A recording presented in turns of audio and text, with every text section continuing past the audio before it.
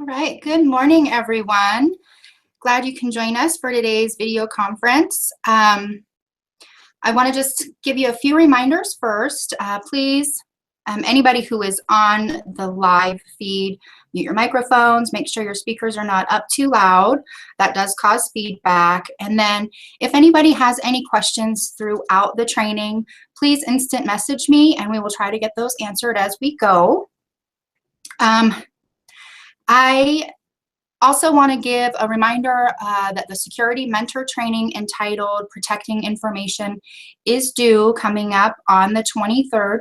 So please make sure you take a few minutes and get that taken care of.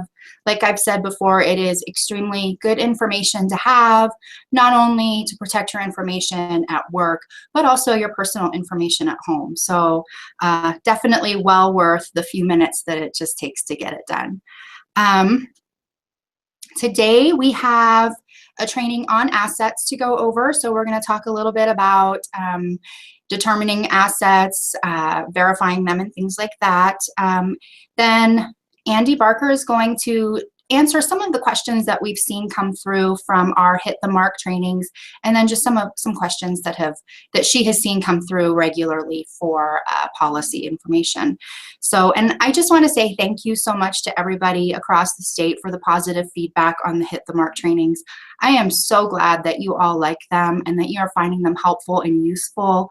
That is the purpose. So it's awesome to get that positive feedback on that. So also, if you have any suggestions for trainings or things that you would like to see clarified through those, definitely send those my way and we'll get them included in one of the editions. So following that, we will talk about everybody's favorite child support income best estimates. So hopefully we'll get a little clarification and some ideas on how to sort through the information that you have and figure that out. So, and then following that, Kelly and Jackie will be giving some employee recognition. So there are some good things happening across the state and we just want to let everybody know that you are so appreciated. So without further ado, we will get started on the asset training. So let me get that up and running.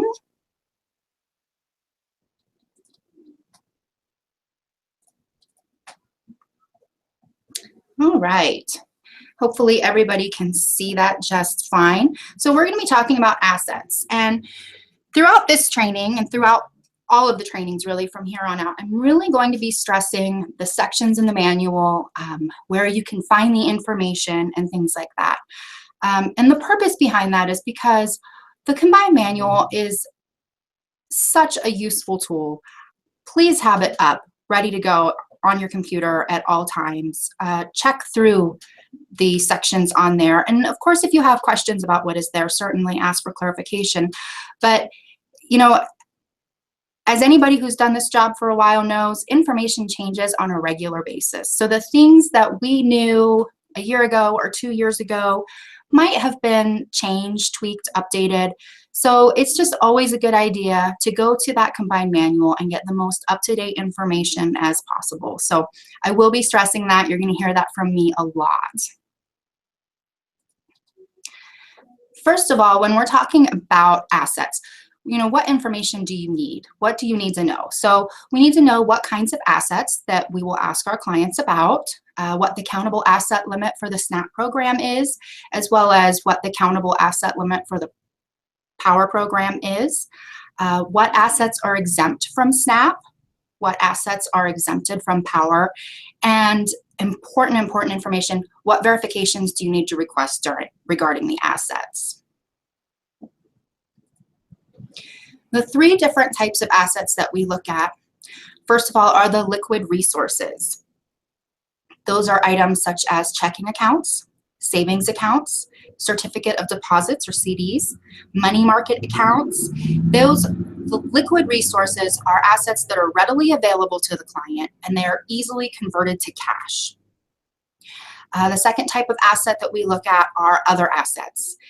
These are things like a house, land, campers, tow-behind campers, so not a motorhome, real property, life insurance, different types of trailers, and we see these a lot in Wyoming: flatbed trailers, enclosed trailers, toy haulers. Other assets are available to the client, but they're not as easily converted to cash. In order to convert that to cash, you have to post it for sale, you have to sell it. You know, it takes time. It's not something that can be done quickly. And then vehicles. Anything, when we talk about vehicles, we're talking about anything really with a motor. Automobiles, motorcycles, boats, ATVs, so things like four-wheelers, dirt bikes, recreational vehicles, the motor homes, so, you know, a drivable camper, things like that. Anything used for transportation purposes. The first thing we want to do is determine ownership, availability, and accessibility. So, you know, we've asked our clients what their assets are. They've gone through the list with us and told us what they have. Now we want to determine, is this really owned by them? Is it available, and can they access it? You want to assume ownership and availability when it is owned solely by the applicant. So there are no co-owners on that. This is definitely their asset. There is more than one owner, and the other owner is not a client. It's still considered owned by the client applicant. The applicant or recipient can withdraw funds from it. They can sell the asset or dispose of the asset in any way. And the asset is owned by more than one person, but the applicant recipient can access that asset or a portion of the asset without consent of the co-owner. So any of those situations, basically, if they can go in, they can access it, they can sell it, they can trade it, they can transfer it, they can do any of those things with it, it is considered theirs, it's considered available, and they have accessibility to it. The asset is considered unavailable if the asset is co-owned with a non-applicant and the asset document, such as the signature card on file, requires more than one signature in order to withdraw or access all or part of the asset and the owner has refused to sign. The applicant is residing in a shelter for battered women and children if the asset is jointly owned by a member of the former household and access to that asset is dependent upon the agreement of the joint owner who continues to reside in the former household. So if we have, you know, a woman and her children and they are fleeing domestic abuse, they're staying in a shelter for women and children, she still has joint bank accounts with the spouse that she is hiding and running from. We're not going to force her to go talk to the spouse to get verification about this. That would be putting her in danger, basically. So in that situation, we would consider that asset unavailable to her. A lien has been placed against a non-liquid asset for the purpose of a small business loan, prohibiting the applicant recipient from selling the asset. So they can't sell it. We're going to consider that unavailable. The applicant or recipient's share would produce an estimated return of no more than $1,500. Now, that does not apply to financial items such as stocks, bonds, and negotiable instruments. So if they have, some other kind of asset, a camper trailer, things like that, but selling it would produce an estimated return of less than $1,500, we'll consider that unavailable to them. Assets which are jointly owned by separate households are considered available in their entirety to each household, unless it can be demonstrated by the applicant that the assets are inaccessible to the household. So if you have two different SNAP households, but they have a shared asset, we're going to consider that asset in full towards each of those households, unless they can prove to us that they are only able to access a portion of it. So if they have bank accounts, land, things like that, if they only have 50% of that asset, whatever it is, if they can prove that to us, we'll consider that portion towards them. So if it cannot be practically subdivided and the household's access to the value of the asset is dependent on the agreement of the joint owner and that joint owner refuses to comply, it shall be considered totally inaccessible. We see that a lot if a parent or somebody has passed away, and so we have a house that is handed down to the children, but we have, several children who are now owners of that one property. So they have to agree to sell or not sell, rent or not rent, things like that. And if the other parties are not agreeing, then we would not hold that against our applicant. All right, so how do we figure out what the countable asset limit is? You want to use the cash, trade-in, or fair market value less the unpaid principal or legal encumbrance to determine the equity value of the non-exempt asset. When the determined asset causes ineligibility and the client disputes the value of the asset, they do have the option to obtain 2 appraisals from knowledgeable sources to verify value. So if they have a plot of land, we're going to look at the value of that.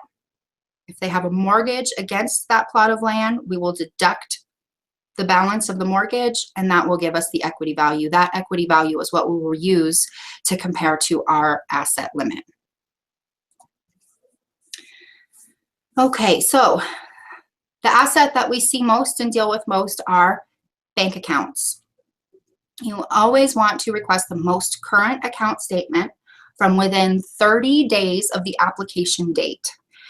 When you send that out in your pen notice, I will say, please submit your most current bank statement, and I'll put in parentheses within 30 days of such and such date from Wells Fargo Bank. So they know exactly what bank account we're asking for. If they have several bank accounts from Wells Fargo, you might want to put the account numbers in there so that they know what it is that you are requesting, what they need to turn in. The statement must contain account holder's name, account number, dates, and balances. You know, a printout from the ATM is not something that we would accept. It does not have all of that information. It might have the last 4 digits of their debit card on there, but it's not the bank account, the balance. We can't verify whose that is. And that's really what's important, is that we are able to connect the dots. Who owns this account? What is the balance in that account? As of what date? We want to be able to connect those dots. Deduct from the account balance any direct deposit income received in the month when determining countable asset amount. We cannot count their income as both income and asset in the same month. So if they have a direct deposit into that account, we're using that towards the income. We're going to deduct that from the balance to come up with what our countable asset limit is. And then also deduct outstanding checks from account balances when determining countable asset amount. Those are legal encumbrances, so we're going to deduct that from the balance.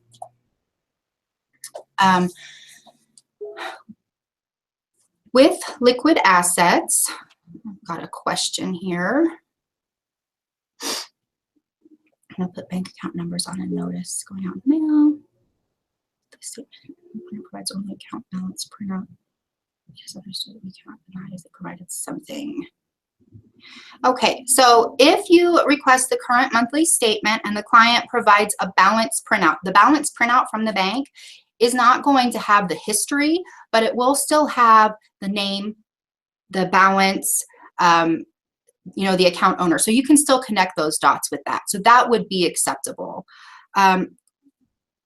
You don't want to put the full bank account number on the notice. Usually the bank account statements that we have in file, if they have several, you just want to be able to identify those. So you might put XXX and the last 4 digits of the number. Or you might, if it's like the bank account and then the children have savings accounts, you would then put the name of the account owner. Just something in your notice to let them know exactly what it is you're requesting of them. If you put in there, you know, all bank accounts for household, and you know that they have 6 bank accounts, but they only turn in 4 of them, then that leaves a gray area on how you will send the denial, how you'll word the denial.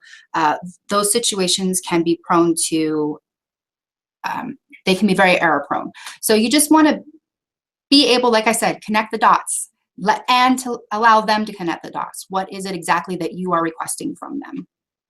So, okay. With liquid resources, you want to question everything on that statement. Is the account jointly owned?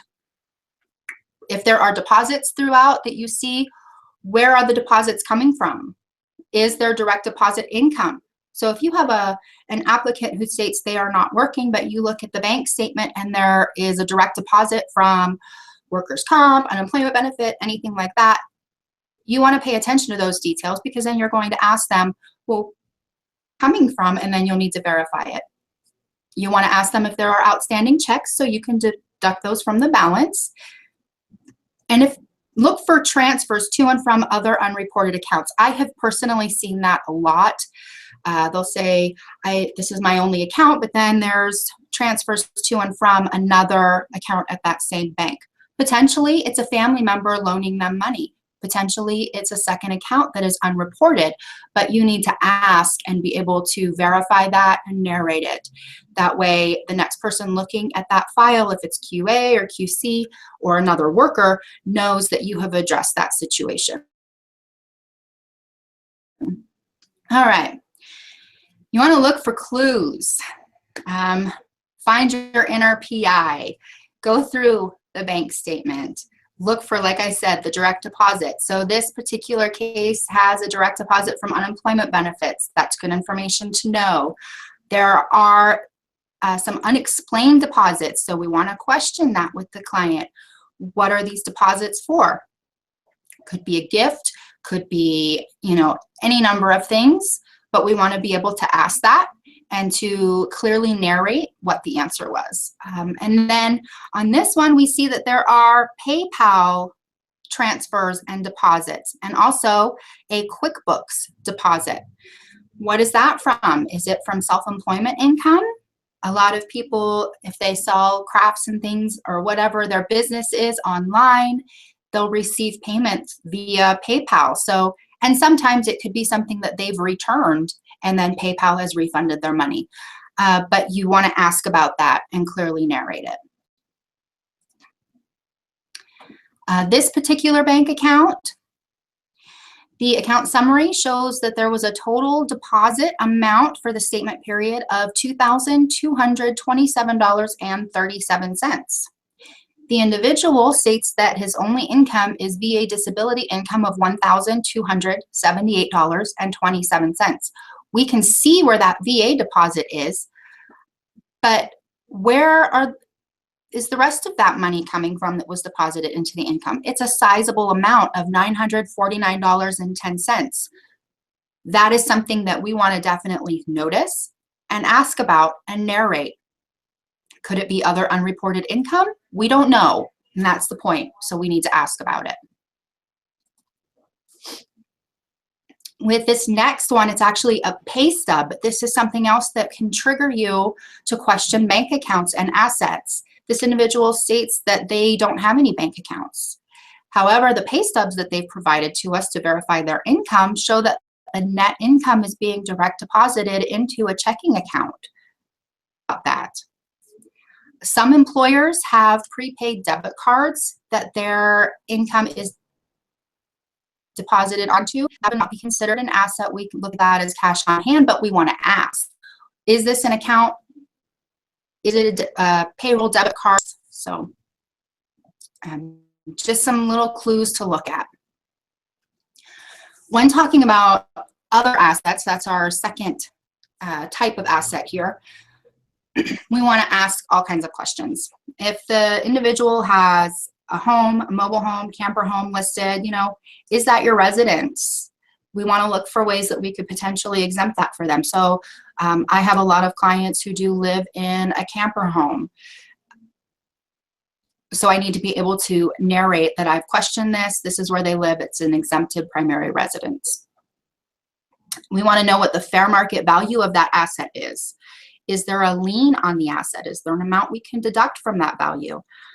How much does the applicant or recipient own on the asset? So sometimes the lien is their actual loan for it. Sometimes it's used as collateral for a different kind of loan. Is this asset an income producing asset? Is there a bona fide effort to sell at a reasonable price any real property, land, building, or unoccupied house as verified by proof of listing? So if we have an individual who has a plot of land that they are not living at, we're going to ask them, is there a bona fide effort to sell that? we'll request the proof of the listing and the fair market value to make sure they're attempting to sell it at a reasonable price, and then we can look at potentially exempting that for them. Some further questions to ask. Does the applicant intend to return to an unoccupied home when they have left temporarily due to employment, training for future employment, illness, or is the home uninhabitable due to casualty or natural disaster? Does the client plan to build a home on a non-exempt land lot when they do not own and are not buying another home? I have seen that. Well, I just bought this plot of land. I plan on building a home there. I'm currently renting, but we haven't got that started yet. Well, we can look at potentially exempting that for them. Is ownership of the asset shared with other individuals? And that goes back to determining ownership, accessibility, and availability. If it's shared with other individuals, do you have the right to sell it on your own, or do they have to cooperate and agree to that? So now you know what assets they have. You know the fair market values of them. You've done all the calculations, requested all the verifications. So how do you treat them? Well, like I said, go to your combined manual. Combined manual section 806 will tell you exactly how to treat the assets that you're looking at, how to code, whether it's countable or not countable. So for example, on the right-hand side, for land, buildings, or other real property, for SNAP, it's going to tell you to exempt the real property when verified the assistance unit is making a bona fide effort to sell it at a reasonable price, as verified by evidence of listing. Exempt the value of a lot which the assistant unit plans to build a home on. For power, you'll count the average of 2 appraisals or estimates of the fair market value and subtract any legal encumbrances. So you can go right to Combined Manual 806 and determine how you are going to treat that asset. All right, vehicle. And for SNAP, it's so simple. Exempt all licensed and unlicensed vehicles that are used for transportation. It can include items such as boats, and that cracks me up, but if they can use it for transportation, if it has a motor, we can exempt it. ATVs, motorcycles, as long as they have that motor and the client states they can use it for transportation. If a vehicle is broken down, we can still use it as long as they state that they would use it for transportation if they were able to get it fixed. Power is different. With power, you'll exempt 2 registered and licensed vehicles per assistance unit, period. They do have to be registered. They do have to be licensed. Any vehicles that you cannot exempt, you will use the equity value of all other licensed and or unlicensed vehicles toward the asset limit. So you will use the average trade-in value given on the Edmunds Automobile Valuation website or the lower of 2 reasonable appraisals from knowledgeable sources. What are the asset limits for the programs? You'll reference Combined Manual 800, and the table there shows us the maximum limit for the SNAP program and the POWER program. And it is a little different. If all members are under 60 years of age, we're looking at $2,250. For elderly and disabled households, $3,250. Those 2 limits are for the SNAP program. For the POWER program, it is $5,000. And you want to make sure that you are looking at your categorically eligible persons a little differently. Anybody who is considered categorically eligible, so they are on POWER, Tribal TANF, or they are SSI recipients, they are already considered asset eligible, so you will exempt their assets under categorical eligibility, and that is all under Combined Manual Section 502. All right, what are the acceptable verifications that we need? Well, Combined Manual 303 has it all listed out for you. For bank accounts, CDs, bonds, stocks, mutual funds, we're going to ask for bank officials, savings bonds, certificates of deposit, bank statements, or viewing certificates, bonds, or notes. For SNAP, only for cash and safety deposit box. So we don't look at that for POWER. But if someone does state that they have a cash or safety deposit box at a bank account, we're going to get a statement of the applicant or recipients and a notarized statement of content. For vehicles, if we need to know what we're counting for the POWER program, You know, we'll want to know what that RIS interface is, what the statement of DMV is, what the Edmunds valuation is, things like that. So if you ever question what kind of evidence you need regarding assets, go to Combined Manual section 303. Now we know how to treat it. We know what the limit is. We know what we have, what we're looking at. How do we put it into EPICS? How do we code it so that it counts it correctly for the two different programs? Reference Combined Manual 807. We have tables in there explaining all of those things. Shows you that for a checking account, we're going to input that information on the Lear screen, and we're going to code it PC. The very, very top of the table on the right-hand side here, get this here, shows that we're for land and they intend to build and live on it. We're going to put that information on the Otis screen, other assets, and we will code it HS for SNAP and HS for power. Now EPICS knows to go ahead and exempt that amount. If they have an owner-occupied home, that's going on Otis. HO. It will be exempted. EPICS will know to go ahead and exempt that. If we have a camper trailer, so it doesn't have a motor, it's a tow behind camper trailer or a fifth wheel camper trailer, they're not using it as their home, we can look here and see that we're going to input that information on Otis as well. That coding is going to be CP. EPICS then knows to count that towards the asset limit when it calculates that. If they live in their camper trailer and it is their home, we will put it into EPICS on Otis as well, but we will change that coding to CH. That lets EPICS know that this is an exempted asset. It will not count that value towards the asset limit when it does the calculation. All right. So just really briefly, I want to talk about transfers of assets. I don't want to dive into it too much because it's not something that we see very often, but you should know where to find the information and determine how to treat it should the situation arise. So households which have transferred assets in the 3-month period prior to application knowingly for the purpose, and that's the important part of that, knowingly for the purpose of qualifying for SNAP benefits shall be disqualified from participation in the program for up to 1 year from the date of discovery of the transfer. If they sold, traded, or transferred items of value before applying for SNAP benefits because they were trying to make ends meet, or any other number of reasons that people do sell their belongings, where there will not be a disqual period for that. Power applicants shall be subject to a transfer penalty period for a transfer of a non-exempt asset for less than fair market value, which occurred within 3 months prior to the application. So those are the two ways that a disqual period could be determined for both the SNAP and the Power program.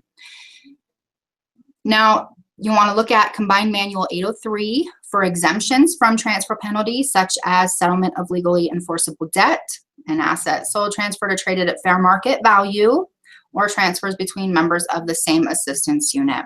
And then if it is determined that there is a penalty period for the applicant, you'll look at Combined Manual section 804 for information on determining what that transfer penalty period is. All right, and the big push, narrate, narrate, narrate. I can't tell you how many cases I have looked at recently where a good narrative could have prevented a QA or QC error. I mean, it just happens all the time. Please, please narrate clearly and thoroughly that you have addressed all assets, questioned any inconsistencies, the action taken on that. When we're looking at a good narrative, you want to make sure that you are painting an accurate picture. You want to let the person who is going to look at that case after you know exactly what happened, when, where, why, all of those good things. Make sure you have your questions that you asked the client, what their responses were, any verification that you requested and used, you want to explain that in the narrative, and the reason that you've taken action or the reason that you have not taken action on that information. It will save a whole lot of headaches. So please, please work on practicing those narratives. And then just a quote which I thought was really applicable when talking about the narratives. The single biggest problem in communication is the illusion that it has taken place. I get it. This is something that I struggled with as a worker too. It's like I look at this case, I know what's going on, it's in my head, I know who, the what, the where, and I put down the basic information. And it's really easy to forget that the next person looking at that doesn't know what you know. So you need to make sure that you communicate that with them. If you have any questions, send them to myself, Andy, or Corinne.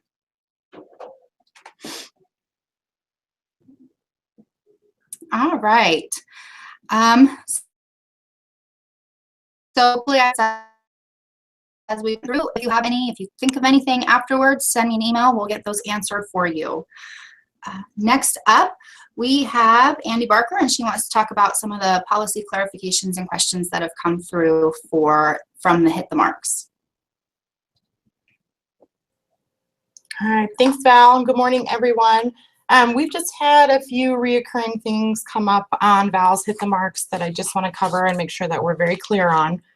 The first one, kind of a big one I see around the state, especially recently, when we are denying an application, denying for all requested verification.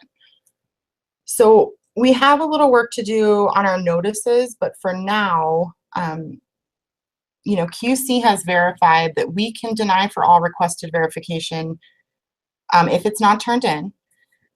The specific concern on this question was when we're including things that are for deduction purposes only. And the QC side has verified that as long as we have stipulated those are for deduction purposes, we're okay on that. I caution you, however, to really be looking at your pen notices to make sure that what you actually are asking for is an eligibility factor. We've seen some pen notices recently where we're asking for, you know, a specific page of the application be completed or the signature of the other adult. Those things are not eligibility factors. We don't need them in there. And so if we're denying for all requested, we're going to get an error because that's not needed for eligibility. So really checking and, you know, checking if you're using the budding system to whatever, check your negative notices, really make sure that what you're asking for is actually needed. And make sure that the person that's checking your notices understands they should be checking the pen notice before they're actually checking the denial. They should be kind of matching them up. The next one was on the medical deduction. So if we have a standard, if we're using a standard medical deduction for a client and we're recertifying them, they only need to verbally state to us that they still have expenses out of, more than $35 a month. That being said, that's all the client has to say to us. It is, however, very helpful if you narrate, here's what the client stated, says they have more than $35. Check the previous narrative and just note, here's what was used previously. Because I know a lot of workers are having a hard time trying to even figure out where that came from, because obviously there was an initial calculation to begin with. So if we can carry that information forward on our narratives, that would be very helpful. But the client doesn't have to actually verify that they have all the same expenses again, just that they're spending more than $35 a month. But that's only if they're receiving the standard. If they're receiving actuals, we need to verify that every time to make sure that that actual is still consistent. Val, I'm looking at you because it looks like you're reading a question, so I just want to make sure. I am. So I do have a question asking whether the notice should state required versus requested verifications, since all are being requested, but only those that aren't for deduction purposes are required. So we need to say requested because, and this was something I just recently discussed with Jeannie, we need to say requested because if we use the word required, we are then assuming that the client understands what's required and what's not. And so QC interprets that as confusing because we are expecting them to understand something that they probably don't. So we have to use requested, not required. Okay, I have one more, and this is regarding the bank statement, the asset training previously.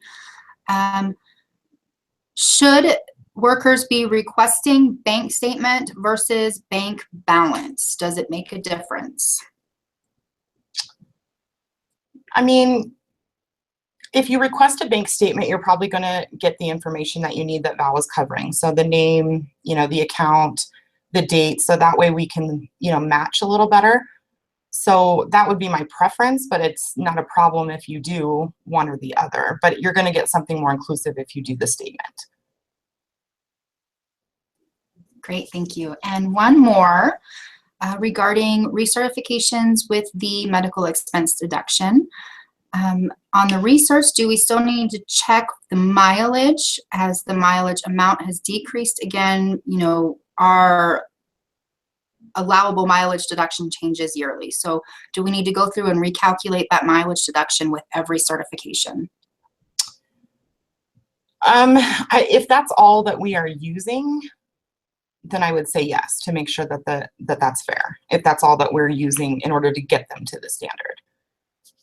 Because I think a lot of times the clients don't understand that we include that travel.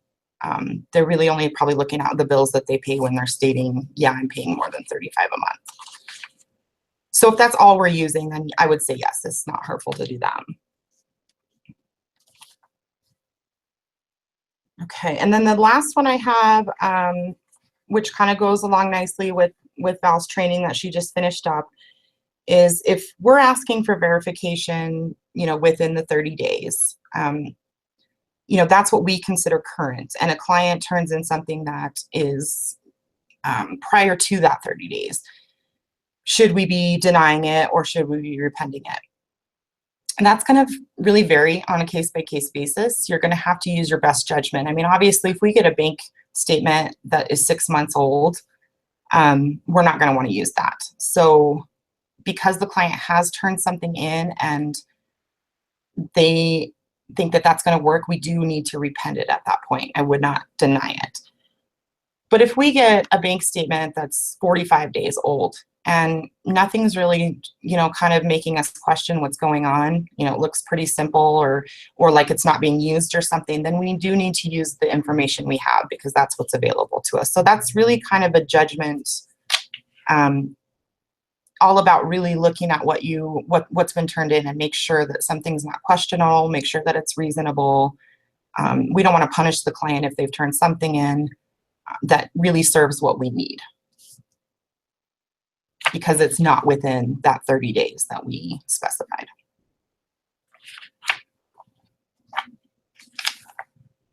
And I think that's all the ones I had, unless you had more, Val. Not that I can think of. Thank you. You are welcome. So I did think of something that I missed putting in the asset training, and it's huge. I don't know how I missed it, but when you do come up with the countable asset amount towards the household, please remember that we can deduct whatever their tax return amount was that they've received within the previous 12 months, and that can be deducted from all countable assets. So I don't know how I missed that because it's pretty big, so do please remember that. All right, moving right along, we are going to talk about the child support income best estimates. So let me get that up for you. I know it's everyone's favorite topic. All right, so hopefully everyone can see that. So child support best estimates. Some tips when you're looking at child support income. It's not like the regular income that we see where we know that they are paid bi-weekly or they're paid weekly or once a month. Sometimes they are and sometimes they aren't, and so that makes it a little tricky to calculate. You want to ask the client for as much information on the payment history as you can. Ask them, what is the ordered amount? How often are they supposed to receive payment? Why are the payments sporadic if they are? They might know why. Why have the payments stopped? They might be able to tell you. The non-custodial parent lost the job and so now they're looking for a new job but cannot make payments until that happens, you'll still want to verify that with the child support program case manager. But the more information you have when you call them, the better off. And then also ask the client, do you expect the payments to continue regularly? Definitely contact the child support program case manager. Look for patterns. I know sometimes it's really hard to do that when you have all of this information in front of you and it doesn't seem to make sense. But if you can really look at it and try to find a pattern in those payments and things like that, that can be very helpful to determining what the best estimate will be. And then input payment dates to a calendar. That will help you to see the patterns as far as the dates of payments go. If you actually just print up a generic calendar off of Google or whatever, and then write those payments down when they're getting them, so, you know, that will help you to visually see that. And then include the DRA fee in the best estimate calculation. So on our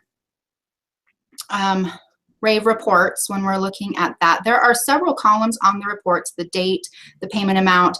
There is a column for the DRA fee. That is, in Wyoming, it is $25 per year that the custodial parent, pardon me, is charged by child support for having their assistance in collecting child support. So that is considered income to the household. It would be just like any other bill that they pay. So if you see that DRA fee come out once a year, include that in your best estimate. I'm going to mute this for just a second so I can cough. Hang on.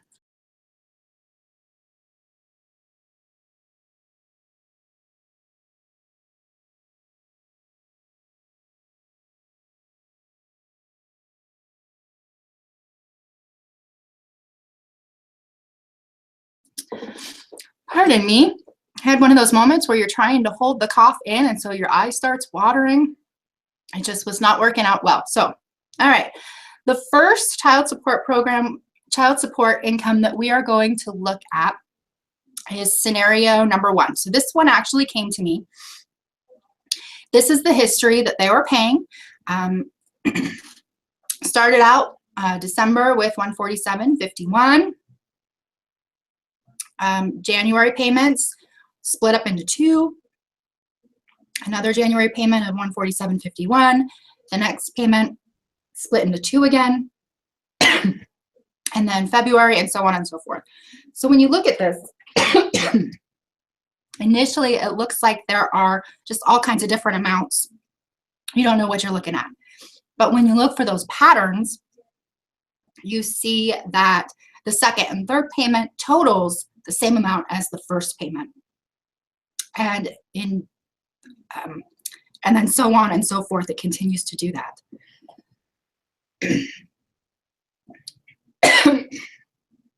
And then when you look at the payment dates, we have 16 days between this set of payments, 12 between the next, and then 14, and then 12, 15, and then 11. So we're like, when are they paying? Is it biweekly?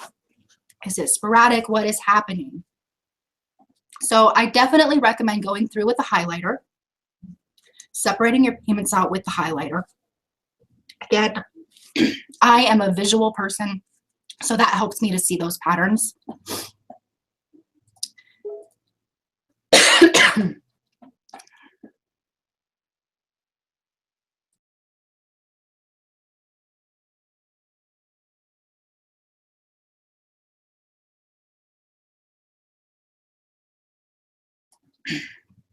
All right, so when we go back, where did I go? All right, so for that first scenario that we looked at, we called the child support program case manager. They were able to verify that the NCP is paid bi-weekly. However, the employer is just not really great at sending those payments in right on time. So the employer is waiting a few days before sending some of the payments in. And then for whatever reason, the employer also splits every other payment into those 2 checks, which is why they total the $147.51. The ordered amount on this case is actually $147.51 every 2 weeks.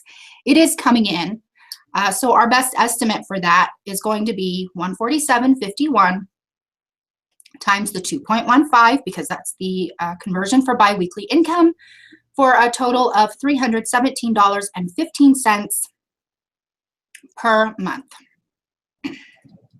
Okay, so scenario number 2, and I wanted to look at several different ways of calculating this, because when this came to me, there were 2 other thoughts on how this should be calculated. And I just want to really look at it and show you how different it really ends up being. A lot of times we look at these numbers and we think, well, does it really matter how you calculate it, because it's going to come out close enough, and it doesn't. So the first suggestion for this income here, because we have all these payments, we have a December 19th, January 9th, January 17th, January 30th, February 1st, and February 16th. A few of them are the same amounts, the 214. And then there is a couple that are just kind of wonky, $47 and a $167. So the first suggestion was to average the most current 3 months. We have 3 months with child support. It is just stated that we can use all the information we have to determine the best estimate. So, you know, we're not stuck with the 60 days. If a 90-day is more reflective and we can narrate why it's more reflective, we can use it. So the first suggestion was to average those most current 3 months. And when we added them all together and divided by the 6 different payments, it was $178.33. Multiply that by 2.15, because the worker said it does look like it's coming in every 2 weeks when she put it into the calculator or into the calendar, for a total of $383.41 a month. The second suggestion on this was just to go ahead and average January and February's payments, to completely ignore that December payment of $214. So basically kind of like the most current 60 days. Well, when we average that together and divided by 5, it's $171.20. Multiply that by 2.15, $368.08. So those 2 amounts from the 2 different calculations are not too far off, but they are different. Now, when we really looked at this, we were able to see that there was a 3-week break between the first and second payments, but then only a 1-week break before the next one, and then 2 weeks and 2 weeks. So that triggers to say, okay, perhaps the employer held one out too long. Who knows? Maybe the employer was on vacation and didn't get all their stuff done before they went away. If they had not held that out, we would be looking at 2 weeks, 2 weeks, and 2 weeks. So that triggers a question for us to ask the child support program case manager. Then when I looked at the numbers, the 4th and 5th payments here of 47 and 167 that like they're out in left field actually total 214, which is the same exact amount as every other payment having been made. So, and when I look at the dates on those, they're only 2 days apart. So we have a situation where the employer had to correct something, fix something, whatever the reason is, it came back in 2 payments, but totals what they were obligated to pay of the 214. So contact child support. Child support case manager verifies, yes, the ordered amount is 214 every 2 weeks. One payment was held a little longer than it should have been, and then another payment was split into 2 payments. So when we calculate that, 214 by 2.15, because it's every 2 weeks, we have $460.10. Now I just want to revisit this on the next slide to show you the difference in the calculations. The first one was $383.41 per month.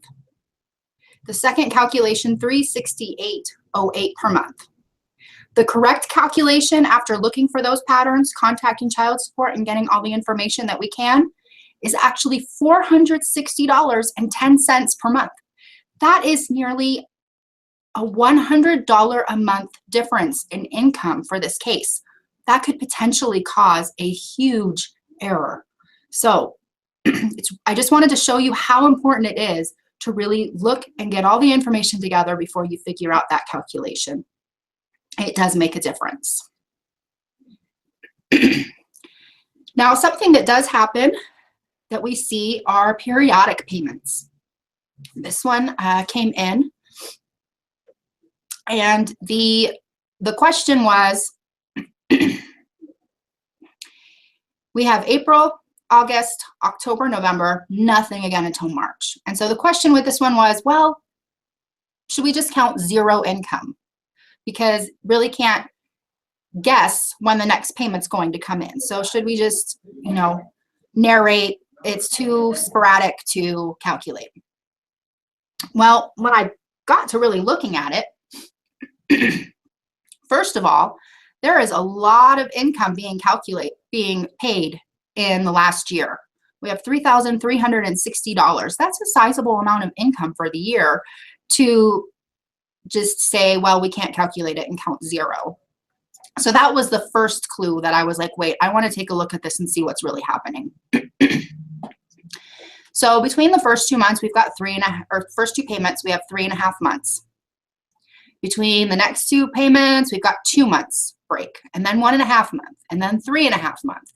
And I thought, well, that's kind of periodic. That's, you know, every couple of months, this individual is making large payments. So $975 in April, $360 in August, but then in October, they're paid on the same dates, totaling $700. So $700 in October, $325 in November, and then in March, 3 different payments on the same day, totaling $1,000. So every couple of months, we have a pretty sizable amount of income coming in. So we call the Child Support Program caseworker, and it is determined that the ordered amount for this case is $350 per month. The NCP, so non-custodial parent, pays when he is served for possible jail time for non-payment, which is why we have the resulting periodic large payments. He remains in arrears of $2,890 at this time. Since we can look at this and say that these payments are coming in every so many months, and they are being made throughout the year, this is not a sporadic payment situation. It would be considered a periodic payment. In that instance, we can annualize the income. So we can look at the last 12 months income, add them together, divide by 12, and come up with $280 per month. I want to caution you, however, that periodic payments, while they do happen, it is not the norm. So if you have a case where you're looking at this and you think, okay, I think this might be something that we could annualize, before you go ahead and just do that, please confer with your supervisor, myself, Andy, Jackie, or Kelly, to make sure that this truly is a case where that is the best way to estimate the income. Annualizing income can be error prone, so we want to make sure that it really is the best calculation for that. So just double check with someone before you go ahead and use that. Now, something else, another scenario that we see very often with child support income is we have regular payments being made, but the amounts are all over the place. So, you know, how do we handle this? In this case, the payments were being made every 2 weeks, like clockwork, right on time.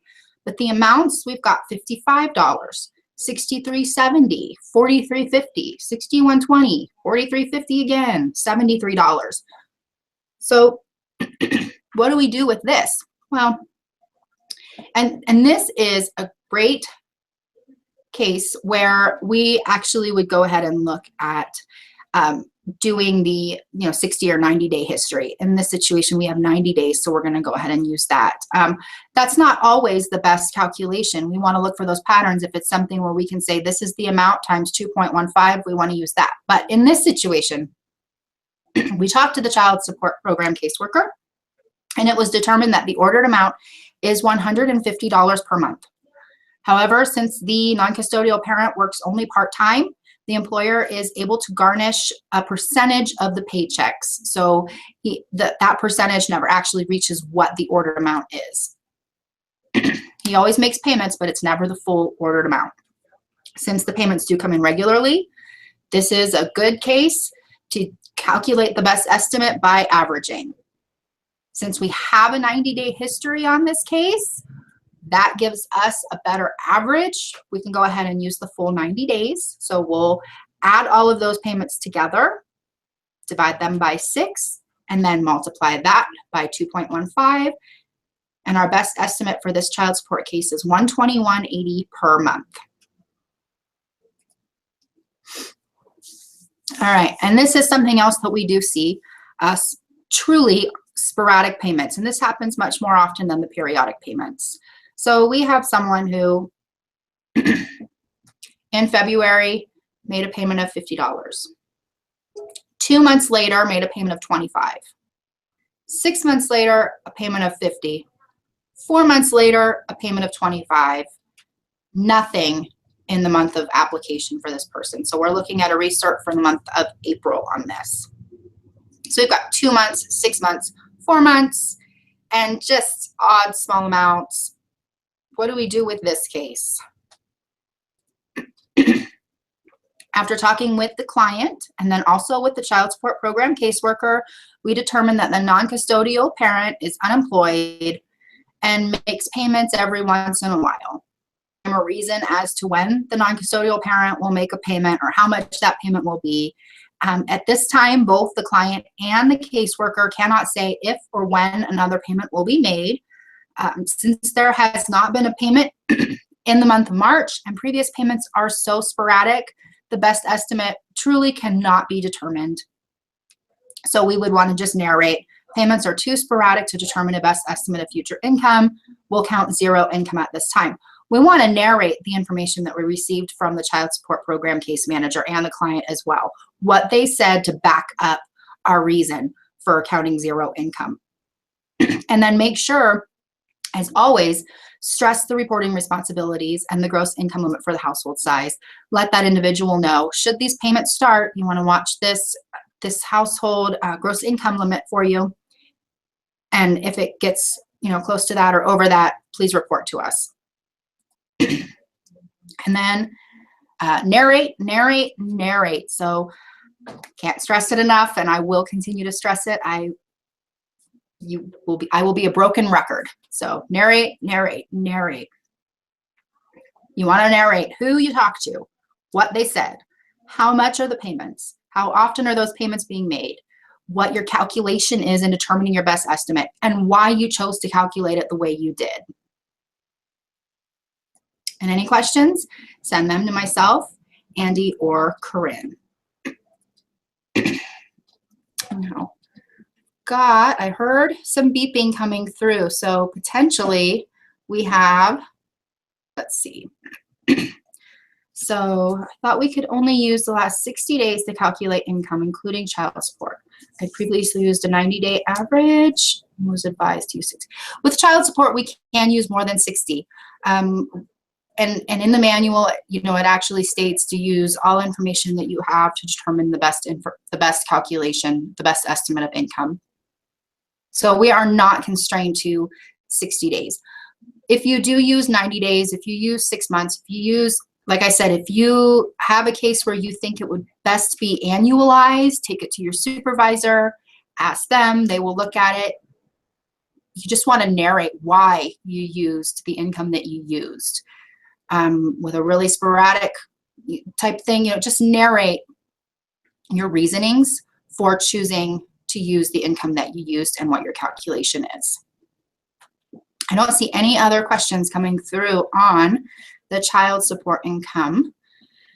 So I will turn it over to Jackie and Kelly and their employee recognition.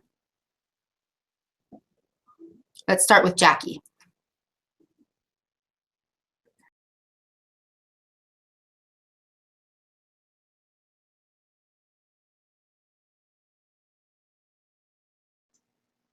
You're still muted, Jackie. Look at that, I was muted, thank you. All right, good morning, everyone. So every quarter, Kelly and I are the recipients of our comment cards for each side of our state for our field offices. And I was very fortunate this quarter because all of the comment cards that I got were positive, which is always very exciting. So I am gonna identify the folks who I got comment cards from. And if you got a comment card, you can check your mail because you will be getting some recognition in the mail from me. So keep your eyes peeled for that. Before I get into specifics, I did have 2 offices where no worker was named, but they just said that overall they had a really good experience with those 2 offices. So that was for both the Casper and the Cheyenne office. Each of those offices, someone identified that they had a good experience. So good work, and that probably, some of that credit probably goes to the frontline staff too. So kudos to them. So the folks that I want to recognize are Tamara Ryle from Sheridan. She got a comment card. Patty Sigvartson from Lusk. I got several on, so way to go, Patty. Jody Koenig out of our Cheyenne office. Laura Zamaron Ochoa. She actually got a couple as well out of the Cheyenne office. And then I got one on Kathy Bryan out of our Cheyenne office, which is always very cool. So if you just had your name listed, you can, like I said, you can expect to get something from me in the mail. So I'll turn it over to Kelly now. And I just want to echo what Jackie says. It's really nice to get all of these positives back. In fact, I think we were talking about it yesterday, and really, we had just a ton of comment cards come back. And that doesn't mean that when we don't get comment cards, we aren't offering good customer service, but it really is nice to get that feedback. So really appreciate all the work you're doing and all the great job you're doing with customer service. And it shows because our clients are sending in stuff that says we appreciate it. So just like Jackie, I had a couple offices that were recognized as a whole. Rock Springs was mentioned in one of my comment cards, just that they had offered great customer service in their office and they felt comfortable coming in. And then also the Lander office, just a comment card that indicated that everybody in the office had helped them through the process of applying for SNAP benefits and that they were very impressed. So thanks to you guys, and kudos in Lander as well. Specifically, I had a comment card from Terry in the Rock Springs office that specifically thanked her for all of her help through the application process. Liz Strock in the Fort Washakie office also got a very nice comment card that said how helpful she had been, and says, "Way to go, Liz. We really appreciate you." So thank you again. And then also in the Warland office, Kara Anderson, who just started as a beneficial specialist, but had been the clerical in that office previously, got a comment card, and it says Kara will be missed. I don't think you will be missed there, Kara, because you've just changed position. So, but it's really nice to get a card like that too. So I want to thank you. And then in Riverton, Lori Smith got a comment card, and it just said, thanks to Lori Smith and all her assistants, and had a smiley face on it. So thank you guys, you're doing great work. Please just keep that in mind. We really do a great service to those people that come into our office, and that high level of customer service is really appreciated. That's all I have. So one last thing that I just wanted to mention is that this is going to be Jerry Zeman's last video conference with us, because Jerry is going to be retiring on May the 2nd. So this is our big farewell video conference for her. We're all going to miss her. And you guys were all invited to her farewell party, which is going to be on Thursday. So if you guys need any more details on that, if you had misplaced the invitation to that, just holler at me and let me know. So we're going to miss you, Jerry. All right. Well, thank you. And I just want to reiterate that, you know, the hard work and the dedication to our customers that happens throughout the state is just so greatly appreciated.